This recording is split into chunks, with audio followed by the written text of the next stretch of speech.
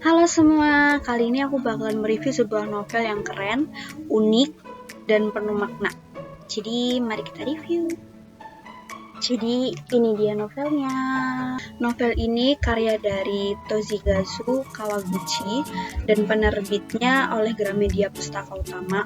Dan ini sekitar 224 halaman. Jadi, untuk harganya mungkin sekitar, kalau di sini 79.000. Jadi ini sebenarnya ada di versi Jepang, kalau nggak salah tahun 2015, cuman diterjemahin oleh Gramedia Pustaka Utama, dan buku ini terbit tanggal 21 April 2001, jadi udah lumayan lama. Jadi untuk latar tempatnya ini tuh di sebuah kafe kecil di Tokyo yang punya latar belakang yang istimewa banget. Jadi kayak pelanggannya tuh bisa kembali ke masa lalu, tapi harus memenuhi beberapa syarat. Novel ini punya tema dan alur sendiri, jadi untuk temanya bisa dibilang ada penyesalan, penerimaan, dan hubungan antar manusia.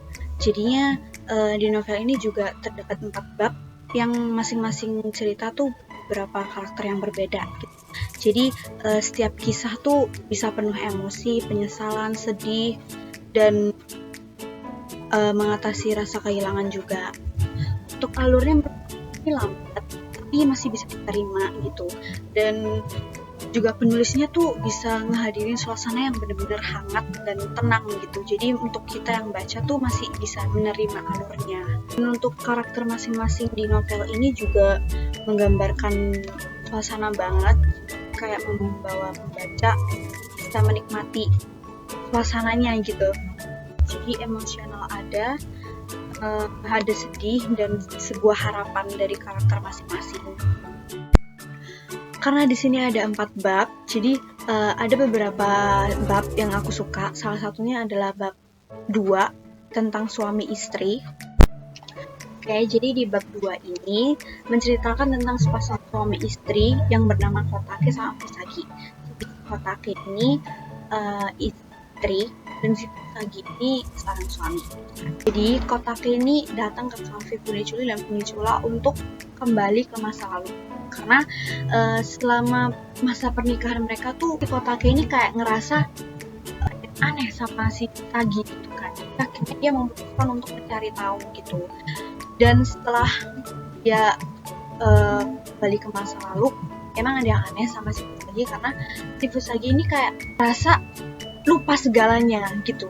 Jadi Kotake seperti alasan kenapa si Fusagi ini lupa segalanya. Untuk gaya penulisan novel ini itu menurut aku sederhana, karena penulisnya juga ngebuat naskah yang bener-bener kayak gampang dibaca gitu. Dan narasinya juga lebih ke fokus sama dialog karakter, jadi kayak lebih mendalami aja. Jadi di novel ini juga ada kelebihan dan kekurangannya, dan kelebihannya tuh si penulis bisa berhasil ngebuat cerita yang benar-benar dengan bahasa yang sederhana dan kayak mudah buat dibaca gitu. Dan selain itu juga bisa ngebuat suasana yang benar-benar kayak jadi nyata. Jadi ini lebih ke ada sedikit fantasi. Jadi di sini juga ada karakter yang berkesan.